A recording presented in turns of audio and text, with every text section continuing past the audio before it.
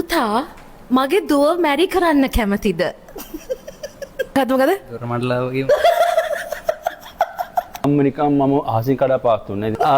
ඔව් බැන්දොත් ආදරේ දැනෙන්න ඕනේ. ඉතින් ඒවත් එක්ක තමයි ඉතින්. මේ සිවාඩ අසරණ.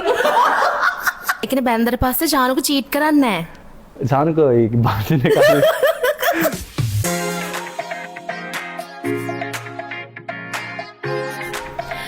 ජානුක අපි දැක්කා ඔයාගේ ෆෑන් ගෲප් එකේ කට්ටිය උන පෝස්ට් එකක් දාලා තිබ්බා.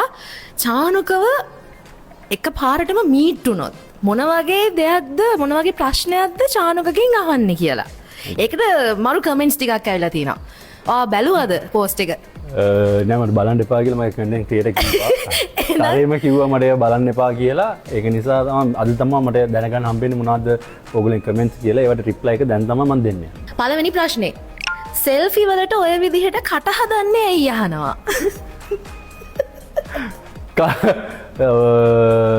කට හදන්නේ ඇයි? ඔය විදිහට කට හදන්නේ ඇයි? ඒ මොන විදිහද කියලා දන්නේ නැහැ. හැබැයි ඉතින් මම කොහොමත් කියලා තමයි ගන්නෙ. ඉතින් ගොඩක්ම සෙල්ෆිස් වලට. ඉතින් ඒකත් එක්ක මම හිතන්නේ අර අපේ හැමෝගෙම ලස්සන පැත්තක් තියෙනවා. ඉතින් මම හිතන්නේ මගේ මේ පැත්ත තමයි වැඩිපුර ලස්සන. ඉතින් පොඩ්ඩක් ඉතින් කට හදලා ගන්න. ඒකට පොඩ්ඩක් ලස්සනයි කියලා මම හිතනවා. ඒකයි. ජානුකගේ අනාගතය සම්බන්ධව ප්‍රශ්නයක් එක්කෙනෙක් අහලා තිනවා. පුතා මගේ දුව මැරි කරන්න කැමතිද? දෙන්න බලන්න උත්තර. දැන් ඇත්තටම කසාදයක් ගැන නම් මම හිතන්නේ නැහැ. ඉතින් දවසක මම කසාද බඳින්න කියලා තීරණය කරොත් අනිවාර්යයෙන්ම ආන්ටිගේ දුව බඳිනවා. අම්මෝ මේ ඔය විදිහට බලාපොරොත්තු බොරු බලාපොරොත්තු දෙන්න එපා. ඔයාගේ ෆෑන්ස්ලට. මේ සිවාඩ අසරණ. තව කෙනෙක් අහලා තියෙනවා ඔය තියෙන අහිංසක පෙනුම ඇත්ත ජීවිතෙත් තියෙනවද? මම හිතන්නේ පෙනුම කියන්නේ එකක් ඇත්ත ජීවිතයේදී අපේ ගතිපැවතුම් කියන තව දෙයක්. පෙනුමයි ගතිපැවතුම් කියන දෙක. හැබැයි මං අහිංසකයි අහිංසක වෙන්න ඕනේ වෙලාවට. හැබැයි ඉතින් මට කවුරු හරි කරදරයක් හරි මට මගේ හිතට දුකක් දෙන දෙයක් කරොත් මගේ මිනිස්සු මං ආදරය කරන මිනිස්සු ඉතින් එතකොට ඉතින් යකා එක්කෙනෙක් අහලා තියෙනවා ඇයි ඔය තරම් පණ්ඩිත කියලා. පණ්ඩිත කියන එකයි මම හිතන්නේ දේවල් ගැන දැනගෙන කතා කරන එකයි කියන දෙකක්. හැබැයි මගෙන් දෙයක් ඇහුවොත් මගේ තියෙන ලයිෆ් එකේ එක්ස්පීරියන්ස් එකත් එක්ක මම go through කරලා තියෙන දේත් එක්ක මට හොඳ මං හිතනවා හොඳ නොලෙජ් එකක් තියෙනවා ජීවිතේ. මෙහෙම තමයි මගේ නිකම්ම මම ආසි කඩා පාත්තුන්නේ. ඉතින් මම පොඩි කාලේ ඉඳන්ම දුක් මහන්සියලා හැමදේම කරගත්තා. ඒකත් එක්ක මට හොඳ ජීවිතය ගැන මොකක්ද කියන එක අවබෝධයක් තියෙනවා. ඒකත් එක්ක තමයි මම කතා කරන්නේ. ඉතින් ඒකේ කෙනෙක්ට මම පඬිත විදිහට ඒක දැනෙන්න පුළුවන්. මොකද මම කියන ඒවා ඇත්ත වෙන්නේ හින්දා. ඒ මම කතා කරන්නේ ඇත්ත හින්දා. ඒකත් එක්ක වෙන්න ඇති. පඬිතයිද දන්නේ නැහැ. right. තව ෆෑන් කෙනෙක් වට දාලා තියෙනවා අහන්න දේවල් නෑ කියනවා මං ආදරෙයි අහස තරම් කියලා. මාත් ආදරෙයි අහස තරම්. හරි. තව කෙනෙක් අහලා තියෙනවා ආදරෙයි යාළුකමයි දෙකෙන් තෝරගන්නේ මොකක්ද කියලා අහනවා. මං දන්න යාළුකම තමයි තෝරගන්නේ. මොකද යාළුකම ඇතුලේ තියෙන ආදරය. ඉතින් ආදරයේද යාළුකමද කියන්නේ එකට එක බැඳිලා යන්නේ. මොකද අපි යාළුවන්ට ආදරේ. අපි ළඟින්ම තියාගන්නේ යාළුවෝ කවුද? අපි ඒ කට්ටිය තමයි ආදරය කරන කට්ටිය කියලා මං හිතන්නේ. යාළුකම කියන්නේ ආදරේ. ඉතින් අපි වෙනමම අර ප්‍රේමවන්තිය කියන තැනට ආදරය කරාම සමහරවිට එයාව නැති වෙන්න පුළුවන්. ඒතර යාළුවා කියලා ආදරය කරන මිනිස්සු හැමදාම අපේ ජීවිතේ ඉන්නවා. මේ මගේ කැමරා පිටිපස්සේ ඉන්න දෙන්නත් ඒ වගේ තමයි. කොච්චර රණ්ඩු වුණත් යාළුකම හින්දා ඒ ආදරේ හැමදාම තියෙනවා. thank you. මොකද මටලාගේ මේක BTS වලට දානවද? මේත් කැමරාවක් අයි කරන්නේ. තනුජා තරංගනී අහනවා ඔයාගේ තාත්තා වගේ හොඳ තාත්තා කෙනෙක් වෙන්න පුළුවන්ද කියලා.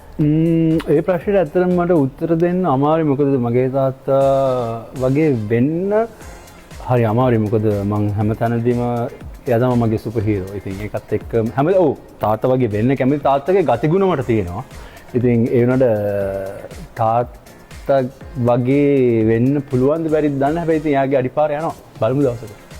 තව කමෙන්ට් එකක් තියෙනවා මං අහන්නේ නිලියක් බඳින්නේ නැතුව ලස්සන චාම් ගමේ කෙල්ලෙක් බඳින්න කැමතිද කියලා. මට එහෙම නිලියක් බඳින්න ඕන කියලා කොහෙත්ම එහෙම අදහසක් නැහැ. ඉතින් මෙහෙමයි ඒක ලස්සනද චාම්ද කියන එකට වඩා අපිට දෙන්නගේ තේරුම් ගැනීම සහ ඒ ගති පැවතුම් එකිනෙකනාට ගැලපෙන්න. සහ ඉතින් ආදරේ දැනෙන්න ඕනේ. ඉතින් ඒවත් එක්ක තමයි ඉතින් නිලියක්ද චාම්ද ලස්සනද කියන එක අදාළ නැහැ. ගැලපෙනවා නම් ආදරේ නම් දැනෙනවා නම් එතන අපි නවතිනවා. ඒ කමෙන්ට් එකෙම තව කෑල්ලක් තියෙනවා. තාත්තා වගේ එක හිතක් තියාගෙන ඉන්න පුළුවන්ද කියලා අහනවා. It was at this moment that he knew. He fucked up. ඔව් බැන්දොත් බඳින කෙනත් එක්ක එක හිතක් තියාගෙන ඉන්නවා. එහෙම තාත්ති අම්මි බැන්ද නිසා ඉතින් අම්මිට අන්තිම නැති වුණාට පස්සේ දිගටම ආදරය කරා. ඉතින් ඔව් අපි බඳිනවා කියන්නේ බඳින්න එකපාරයි. මගේ ජීවිතේ මම බඳින එකපාරයි. ඒකත් එක්ක ඔව් එක හිතක් තියාගෙන එක හිතින් ඒ කෙනාට පැලෙන්න ආදරය කරනවා. ඒ කියන්නේ බැන්දට පස්සේ චානුක චීට් කරන්නේ නැහැ.